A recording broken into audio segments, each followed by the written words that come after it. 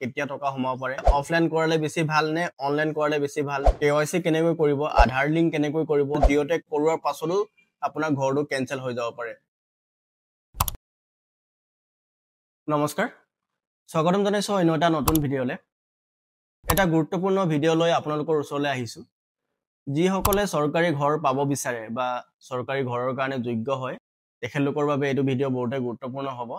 আপোনালোকে যদি ভাবি আছে জিঅ'টেক কৰাম বুলি তেন আপোনালোকে পঞ্চায়তৰ মানুহ মাতি আপোনাৰ ঘৰখনৰ পুৰণা ঘৰখনৰ ফটো লৈ আপোনালোকে জিঅ'টেক কৰাব পাৰে বা আপোনালোকে অনলাইন থ্ৰুতেও জিঅ'টেক কৰাব পাৰে হেতু অনলাইন কেনেকৈ কৰাব অলৰেডি মই এটা ভিডিঅ' বনাইছিলো তাত ভাল ৰেসপন্স পাইছো আপোনালোকৰ হেতু কাৰণে আপোনালোকলৈ অশেষ ধন্যবাদ আৰু হেতু ভিডিঅ'ত মই সম্পূৰ্ণ কোৱা আছে আপোনালোকে জিঅ'টেক সাৰ্ভে কেনেকৈ কৰিব ইকেৱাইসি কেনেকৈ কৰিব জব কাৰ্ড হেতু কেনেকৈ এড কৰিব বা জব কাৰ্ড আপোনালোকৰ যদি নাই আপোনালোকে জব কাৰ্ডৰ এপ্লাই কৰি ল'ব লাগিব আৰু জব কাৰ্ড কেনেকৈ এপ্লাই কৰিব তাৰ ভিডিঅ' অলৰেডি চেনেলত আছে আপোনালোকে হেতু চাব পাৰিব আৰু মই ডেসক্ৰিপচনত লিংক দি দিম আপোনালোকে হেতু ক্লিক কৰি চাই আপোনালোকে কেনেকৈ এপ্লাই কৰিব পাৰিব তাক জানি আপোনালোকে এপ্লাই কৰিব লাগিব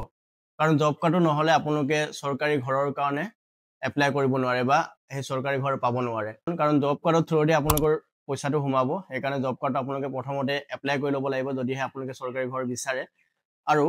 আপোনালোকৰ যদি জব কাৰ্ড অলৰেডি আছে আৰু আপুনি যদি জব কাৰ্ডৰ নাম্বাৰটো নাজানে তেন্তে কেনেকৈ আপোনালোকে অনলাইনৰ পৰা ডাউনলোড কৰিব হেতু ভিডিঅ' বনাই থোৱা আছে হেতু আপোনালোকে চাই ডাউনলোড কৰি ল'ব পাৰিব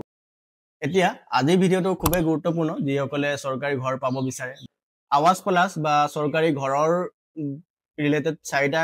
গুৰুত্বপূৰ্ণ কথা আপোনালোকৰ লগত আলোচনা কৰিম সেই চাৰিটা গুৰুত্বপূৰ্ণ কথা হৈছে জিঅ'টেক কৰাৰ পাছত আপোনাৰ টকা কেতিয়া সোমাব পাৰে এই বৰ্তমানৰ কথা কৈছো মই আপুনি অফলাইনে কৰক বা অনলাইনে কৰক কেতিয়া টকা সোমাব পাৰে প্ৰথম নম্বৰ পইণ্টটো দুই নম্বৰ পইণ্টটো আপুনি যদি জিঅ'টেক কৰায় তেতিয়াহলে অফলাইন কৰালে বেছি ভাল নে অনলাইন কৰালে বেছি ভাল হেতু কথা পাতিম আৰু ৩ নম্বৰ পইণ্টটো আপুনি জিঅ'টেক কৰাৰ পাছত কেৱাইসি কেনেকৈ কৰিব আধাৰ লিংক কেনেকৈ কৰিব হেতু কথা পাতিম লাষ্ট ৪ নম্বৰ পইণ্টটো এটো খুবেই গুৰুত্বপূৰ্ণ কাৰণ এটোৰ কাৰণে আপোনালোকৰ জিঅ'টেক কৰোৱাৰ পাছতো আপোনাৰ ঘৰটো কেনসেল হৈ যাব পাৰে গতিকে আপোনালোকে ভিডিঅ'টো সম্পূৰ্ণকৈ চাব চেনেল সাবস্ক্ৰাইব কৰিব নালাগে আপুনি যদি নিবিচাৰে কিন্তু ভিডিঅ'টো সম্পূৰ্ণকৈ চাব যদিহে আপুনি চৰকাৰী ঘৰ পাব বিচাৰে এতিয়া প্ৰথম পইণ্টটো হৈছে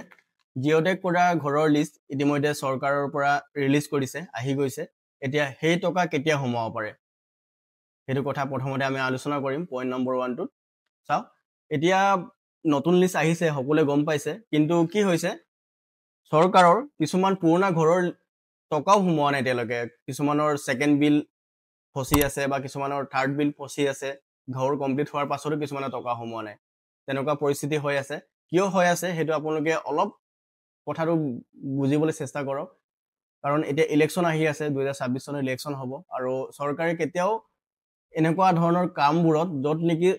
জনগণৰ চকুত নালাগে তেনে ধৰণৰ কামবোৰ এতিয়া অলপ হলেও স্থগিত ৰাখিব যিবোৰ মানুহৰ চকুত পৰে ধৰক অৰুণোদয় হল বা আত্মসহায়ক গোটবোৰক টকা দিয়া হল তে ভাবি চাওক আত্মসহায়ক গোটৰ সদস্যক 10,000 টকা দিয়া কথা কৈছে অলৰেডি চেক দিছে কিন্তু টকা সোমোৱা নাই এইবোৰ কামতহে দিয়া চৰকাৰে সম্ভৱ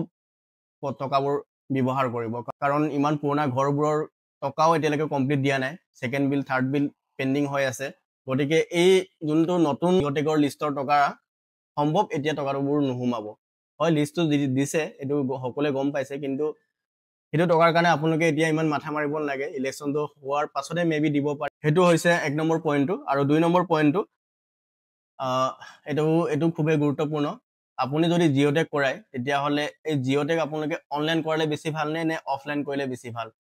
দুটা প্ৰক্ৰিয়াই বেয়া বুলি মই ক'বলৈ নাযাওঁ যদি সঠিকভাৱে কামবোৰ কৰি দিয়ে তেন্তে দুটা প্ৰক্ৰিয়াই ভাল অনলাইন কৰাটো অলপ শীঘ্ৰ গতিত হয় কামবোৰ কাৰণ অফলাইন কৰোতে কিছুমানৰ মানুহক আপুনি লগ কৰিব লাগিব পাৰিলে আপুনি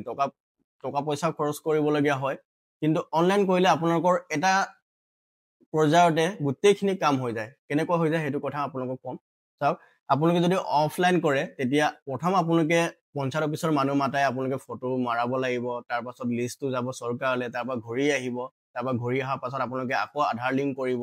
আৰু ইকেৱাইসি কৰিব বহুত এটা লং প্ৰসেস হৈ যায় যদি আপোনালোকে অনলাইন কৰে মই অলৰেডি এটা ভিডিঅ' বনাইছিলো তাত সম্পূৰ্ণ প্ৰক্ৰিয়া এ টু জেড আপোনালোকক কোৱা আছে ভালকৈ কেনেকৈ আপোনালোকে অনলাইন কৰোতে কি ডকুমেন্টস লাগিব কেনেকৈ প্ৰসেসবোৰ কমপ্লিট কৰিব সকলো কথা আপোনালোকক বিতংকৈ কোৱা আছে আপুনি হেতু ভিডিঅ' চাব পাৰে মই ডেসক্ৰিপচনত লিংকটো দি দিম আপোনালোকে তাত ক্লিক কৰি চাব পাৰিব এতিয়া হল অনলাইন কৰিলে আপোনালোকৰ কি সুবিধা হয় চাওক অনলাইন কৰিলে আপোনালোকৰ সুবিধা হয় আপুনি নিজে কৰিব পাৰে ফাৰ্ষ্ট অফ অল, ঠিক আছে। আপুনি আপোনাৰ মোবাইলৰ জৰিয়তে আপোনালোকে কৰিব পাৰে আৰু তাত যি যি ডিটেইলছ দিবলগীয়া থাকে আপোনাৰ আধাৰ KYC লগতে হৈ যায়। অনলাইন যদি আপোনালোকে কৰে আধাৰ KYC যোনটো আপোনাৰ সদস্যৰ যিমান আছে ঘৰত গোটেইকেইজনৰ আধাৰ KYC সেই অনলাইন প্ৰচেছতে হৈ যায়। আৰু আপোনালোকৰ যদি জব কাৰ্ড আছে তেন্তে জব কাৰ্ডটো অলৰেডি এড কৰিব পাৰে আৰু আপোনালোকৰ একাউণ্ট নাম্বাৰ এভৰিথিং আপোনালোকে কৰি ল'ব পাৰে। আৰু আপুনি যি ইচ্ছা ঘৰৰ টাইপটো সেইটো আপোনালোকে চিলেক্ট কৰি ল'ব পাৰে। 3টা টাইপ আপোনালোকে তাতে দেখা পাব, ভিডিঅ'টো চালে আপোনালোকে গম পাই যাব। যদি অনলাইন যদি সঠিকভাৱে কৰে আপোনালোকে নিজে যদি কৰিব নোৱাৰিলেও আপোনালোকে কেফেত গৈ আপোনালোকে যদি কৰাব পাৰে, যদি আপুনি বহি ভালকে সঠিকভাৱে কৰে তেন্তে অনলাইন প্ৰচেছটো ফাষ্ট হয়। 10 অক্টোবৰ তাৰিখে মই এজনৰ জিএডক কৰিছিলোঁ, জিএডক ছাৰ্ভে কৰি দিছিলোঁ, সম্পূৰ্ণ প্ৰক্ৰিয়া কৰি দিছিলোঁ। সেইটো ভিডিঅ'তে আপোনালোকক মই বনাই দেখুৱাইছিলোঁ আৰু সেইটো ভিডিঅ'ৰ দুদিনৰ পাছতে পঞ্চায়ত অফিচৰ পৰা মানুহ আহি গৈছে ভেৰিফিকেশ্যনৰ কাৰণে, মানুহজনে পোৱা যোগ্য হয়নে নহয়, কিমান কুইক হয় আপোনালোকে চাব পাৰে, ইয়াতে বুজিব পাৰে কথাটো। গতিকে যদি আপোনালোকে সঠিকভাৱে অনলাইন কৰে কিন্তু অনলাইন কৰাটো খুবেই ফাষ্ট হয় কামটো। এতিয়া যোনকেইটা অফলাইন কৰিছিলে এই বহুত এবছৰ আগত কৰা কামটো এই অনলাইন কৰাটো একেলগে বস্তুটো কামটো হৈ যাব, সেইটো কথা। আৰু 3 নম্বৰ পইণ্টটো জিঅ'টেক eKYC যোনটো কথা মই কৈছিলোঁ পইণ্টটো চাওক। আপোনালোকে যদি অনলাইন কৰে তেন্তে জিঅ'টেকৰ যোনটো eKYC সেইটো অনলাইনত অট'মেটিক হৈ যায়। আপোনালোকে সেইটোৰ কাৰণে আকৌ পুনৰবাৰ এই পঞ্চায়ত অফিচত যাব নালাগে। যদি আপোনালোকে অফলাইন কৰে পঞ্চায়ত অফিচত গৈ আপোনালোকে ডকুমেণ্ট জমা দিবগৈ লাগিব, চাওক আধাৰ কাৰ্ড, আপোনাৰ বেংক একাউণ্ট সেইবোৰতো জমা দিব লাগে। কিন্তু eKYCৰ কাৰণে আকৌ আপুনি পুনৰ যাব লাগিব বা আপুনি পঞ্চায়ত অফিচৰ মানুহ মাতিব লাগিব। আপোনাৰ ফেচ অথেণ্টিকেশ্যন কৰে আৰু তাৰ পাছতে আপোনাৰ যোনটো eKYC হয় সেইটো কমপ্লিট হ'ব।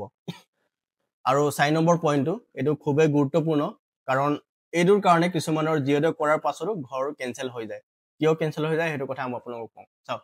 আপোনালোকে যদি অফলাইন কৰিছিলে আপোনালোকৰ ঘৰৰ কোনোবা সদস্যৰ নামত আৰু তাৰ পাছতো যদি আপোনালোকে আকৌ পুনৰবাৰ অনলাইন কৰে আৰু এই অনলাইন কৰোঁতে সেইজন যোনজন সদস্য আপোনালোকে প্ৰথমবাৰ কৰিছিলে অফলাইন সেইজনৰ যদি আধাৰ আপোনালোকে সেই মেম্বাৰ লিষ্টত ভৰাই, আপোনালোকে ভিডিঅ'টো চালে গম পাব মেম্বাৰ লিষ্টৰ কথা কিয় কৈছোঁ। এই আপুনি নতুনকৈ আবেদন কৰি যোনটো অনলাইন জিঅ'টেক কৰে, জিঅ'টেক কৰোঁতে সেই পুৰণা যোনজনে অফলাইন কৰিছিলে তেখেতৰ যদি আধাৰ কাৰ্ড যদি আপোনালোকে মেম্বাৰ হিচাপে ভৰাই দিয়ে কিন্তু সেই পুৰণা যোনটো কৰি থৈছিলে সেইটো কিন্তু কেঞ্চেল হৈ যাব। কেনেকৈ কেঞ্চেল হ'ব সেইটো কথা কৈছোঁ। আপুনি অনলাইন কৰোঁতে ঘৰৰ যিমানজন সদস্য আছে সেই গোটেইকেইজনৰে আধাৰ ভেৰিফিকেশ্যন বা eKYC বুলি ক'ব পাৰি কৰিবলগীয়া হয়। মানে ফেচ যোনটো অথেণ্টিকেশ্যন কৰে সেইটো কৰিবলগীয়া হয়। আৰু যিমান সদস্য আছে তেখেতলোকৰ গোটেই ডাটাটো আপোনাৰ যোনটো অনলাইন কৰিছে সেইটোত সোমাই যায়। ডাবুলকৈ কৰাৰ কাৰণে আধাৰ অলৰেডি এক্সিষ্ট দেখাইছে, ঠিক আছে। আপোনালোকে যদি অফলাইন আগতে কৰি ৰাখিছে তেন্তে অনলাইন কৰাৰ একো প্ৰয়োজন নাই। যদিহে আপোনালোকে ভাবে অফলাইন কৰাটো কিবা গণ্ডগোল হৈছে তেন্তে আপোনালোকে ভালকৈ অনলাইন কৰক। এতিয়া অনলাইন কৰোঁতে আপোনালোকৰ একো সমস্যা নাথাকিব, আপোনাৰ অনলাইনতে চব কামটো হৈ যাব। কিন্তু যদি অফলাইন কৰাৰ পাছত যদি আকৌ অনলাইন কৰে বা এই অফলাইন কৰাটো যদি লিষ্টটো আহি যায় আৰু অনলাইনটো কৰি দিয়ে তেতিয়া কিন্তু জামেলা হ'ব পাৰে। সেইটো আপোনালোকে মনত ৰাখিব। সেইটো কাৰণে আপোনালোকৰ ঘৰ কেঞ্চেল হৈ যায়। এজন সদস্য বেলেগ এটাতো থাকিব আৰু বেলেগ এটাত থাকিব, তেনেকৈ হ'লেতো অবভিয়াছলি কেঞ্চেল কৰিব। গতিকে আপোনালোকে যদি ভালকৈ কৰে, যদি অফলাইনে কৰে ভালকৈ অফলাইনটো কৰিব বা অনলাইনে কৰিলে ভালকৈ অনলাইনটো কৰিব, ঠিক আছে। আজিকালি কি হয় ডিজিটেল মাধ্যমত কামবোৰ হৈ যায়। ডিজিটেল মাধ্যমত কামবোৰ হ'লে কি হয় আধাৰটো ভেৰিফিকেশ্যন কৰে আৰু আধাৰ ভেৰিফিকেশ্যন কৰিলে কি হয় আধাৰটো অলৰেডি এক্সিষ্ট দেখাই দিয়ে। সেইটোৰ কাৰণে সমস্যা হয় আৰু পাছত আপোনালোকৰ উপায় নাইকিয়া হৈ যায়। মানে কি তাতো ডিলিট কৰিব নোৱাৰা হৈ যায়, ইয়াতো ডিলিট কৰিব নোৱাৰা হৈ যায়। যদি সম্পূৰ্ণ আপোনালোকৰ যদি অনলাইন প্ৰচেছটো যদি 100% হৈ যায় তেতিয়া আপোনালোকে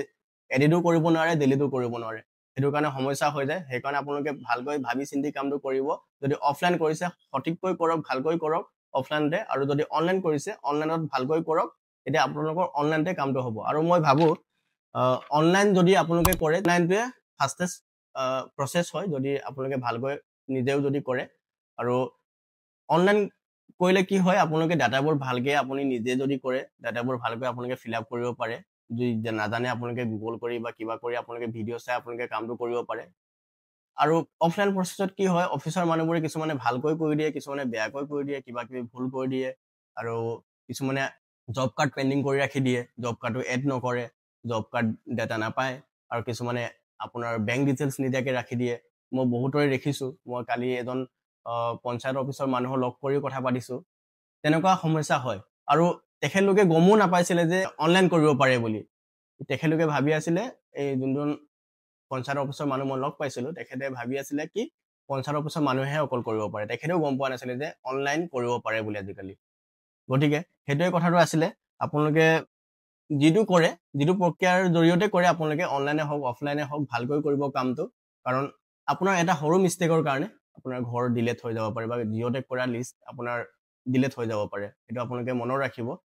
আৰু এনেধৰণৰ চৰকাৰী ৰিলেটেড যিকোনো খবৰ পাবলৈ বা স্কিম ৰিলেটেড যিকোনো খবৰ পাবলৈ চেনেলটো আপোনালোকে ছাবস্ক্ৰাইব কৰি ৰাখিব আৰু ভিডিঅ' যদি ভাল লাগে আপোনালোকে ভিডিঅ'টো লাইক কৰিব এনেধৰণৰ ইনফৰ্মেটিভ কণ্টেণ্ট আপোনালোকৰ বাবে আনি থাকোঁ তেন্তে ভিডিঅ'টো আজিলৈ ইমানতে সামৰিছোঁ আমি অন্য এটা ভিডিঅ'ৰ লগতে লগ পাম তেতিয়ালৈকে ধন্যবাদ জয় অসম